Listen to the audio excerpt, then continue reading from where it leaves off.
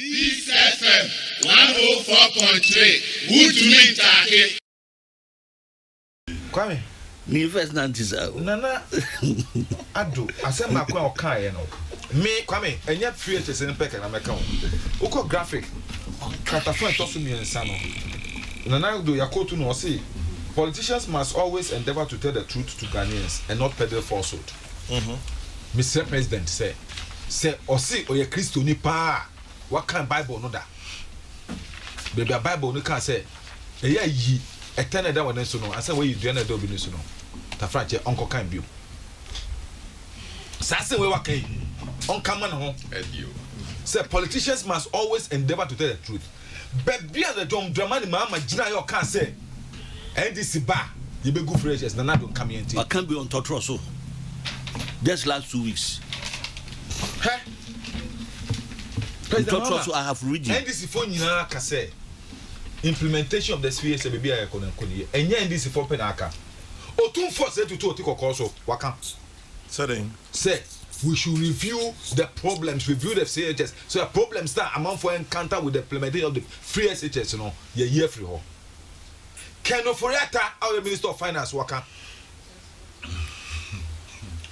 Charles, a year Council of Heads of Assistant Secondary Schools, aka. A conference. Conference. Oh, yeah, that's how I won him. Conference of Heads of Assistant Secondary Schools, Omaka. Uncle, use the word review. Omaka wasem. Then I said, everyone was a obi also a teacher. Out here. I no say review means cancellation. I'm surprised. Everyone was some pie. Everyone want for dictionary. Opa yonko fan kura de kura long man kura na word review. No one can review. Meaning. What can review? Me say eden. What can review? What here? What say review means cancellation? What can review? What can review? How can you be you say? What can review? Oh. Asamiya. Me so akwa ntotro so 2 weeks ago. Also be twa Sampai no kasa no Sampai. Yes. Sampai o kasa on kasa yo. Ni na kasa ni ntin. Martin Chairman. Hwe. Kwame.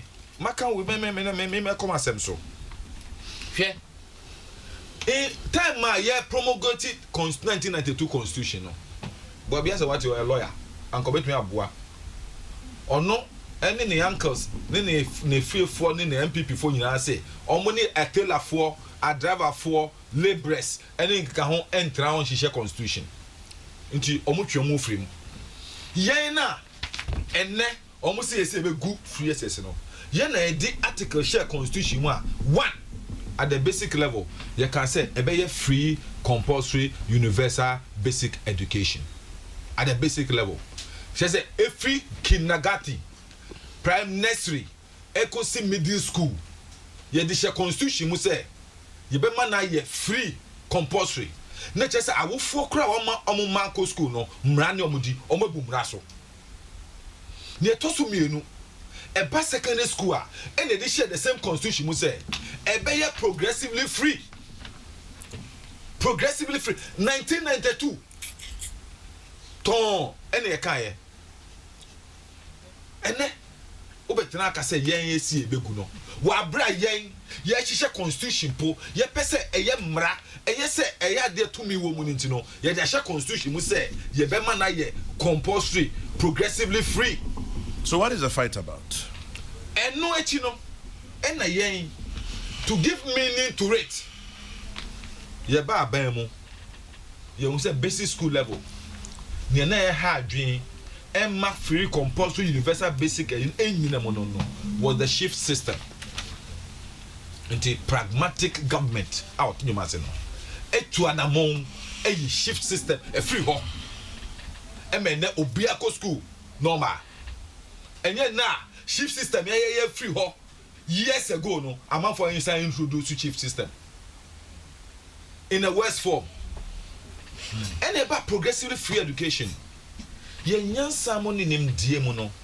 can't put the cart before the horse. Say, oh, my free education. 1. If said Baconia baby over Tenesia dear, Obenya baby over that, a teacher for no somewhere, and see ye Ghana, ye started educational reformer. Yes, ye building infrastructure. Said a bar, ye be moi. Incredible baby or metana.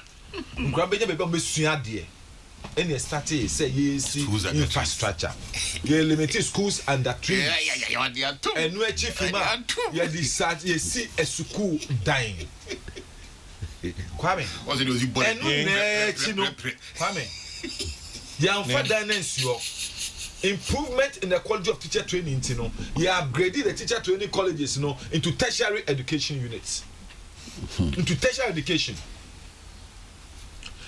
Ye ma incentives for teacher for year training in science and maths and English language. And which ye start say school for nankasa no. Progressively fees now mu tuatu ya ninki ka hono. Ye te so almost 349 cedis per student. 349 cedis per student. And my wo mu no kura no ye momo incentives ye momo free pad.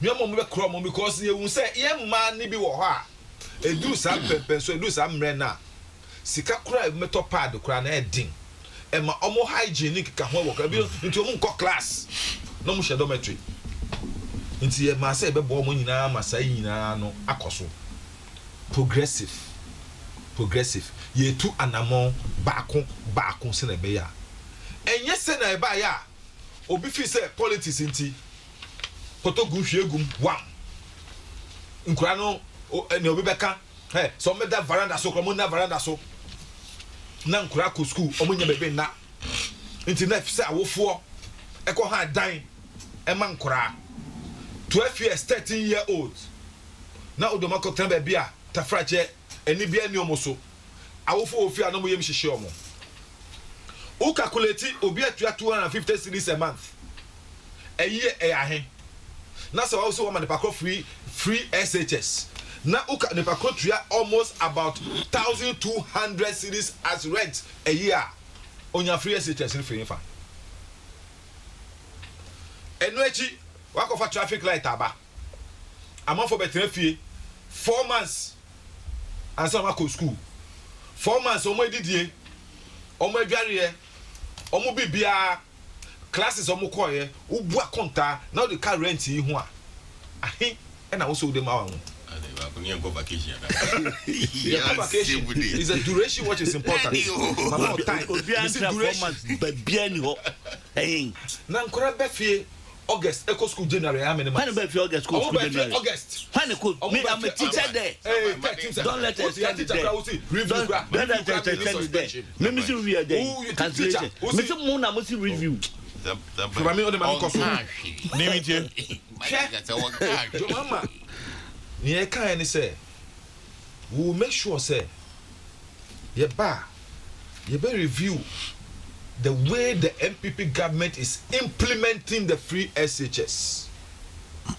to make say be free SHS no e be kon anim e be gina ho ama Ghana for nyamfaso na edi kan ye see be school dan be aka ho yesi na yesi na yesi a amanfo bi eni ho nyansa nti omo ba omo ni yusu krai din mo omo e block for ye na yesi nwa mesi ho a amanfo ba fere nti omo tumi mia no ye na yesi nwa mesi ho a amanfo ba omo betu ni din foforo ye na yesi ye fere yesi fo yesi oman green book yesi dan green book ye na yesi school si ho a amanfo betu ni din green book infrastructure best stand din eye ni no pe enti yesi besi a school dan no ebia ka ho ye betrem ni yesi dodo no ye de be ka ho enu achi no will improve upon teacher training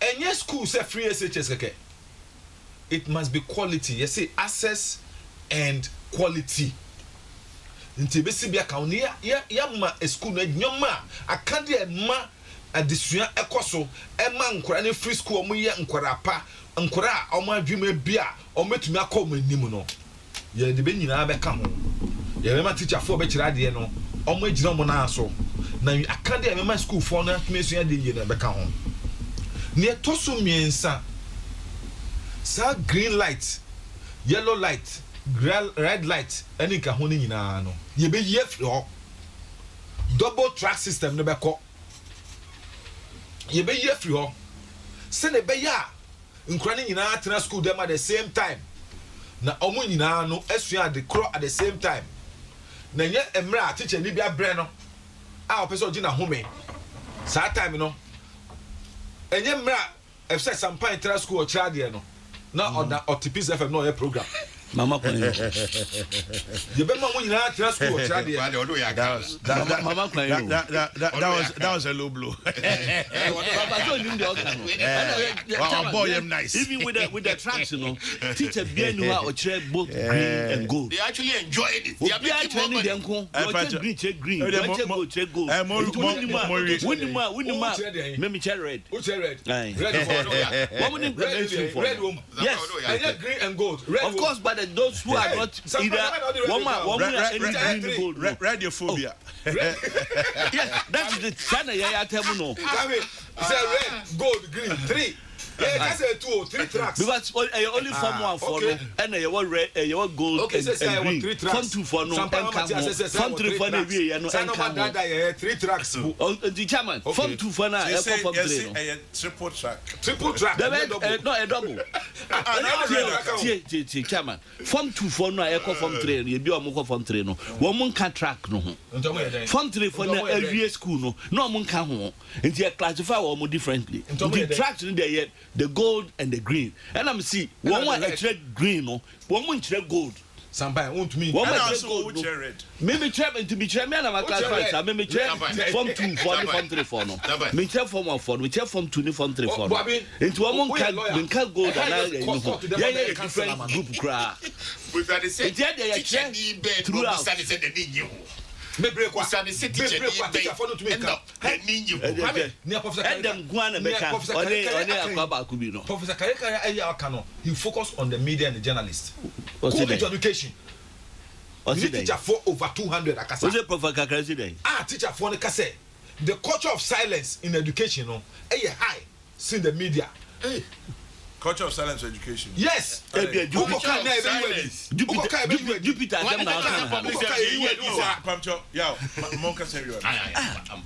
Say abolition of triple track. Abolish triple track. And you can review no. Now review mo kan. Best streamline postings. I mean, say the beya nkura no. Ye beya sure say omeko school we be a emfa adeswa embeto awofo so. Se ne be ya awofo enko han dan emma nkura omunnemu na ekire no e de kidnapping ene kika ho aba baby I didn't know ni mami come anywhere don't make statements you cannot substantiate ofusobo kan tape see be chicken for see sir uti ana oka kwa me take note o Ampacho don't divert my discussions of some for dream no ho otene baby obone bra ene Niami had say free SHS and then echo be a echo. Peace FM 104.3. Good to meet you.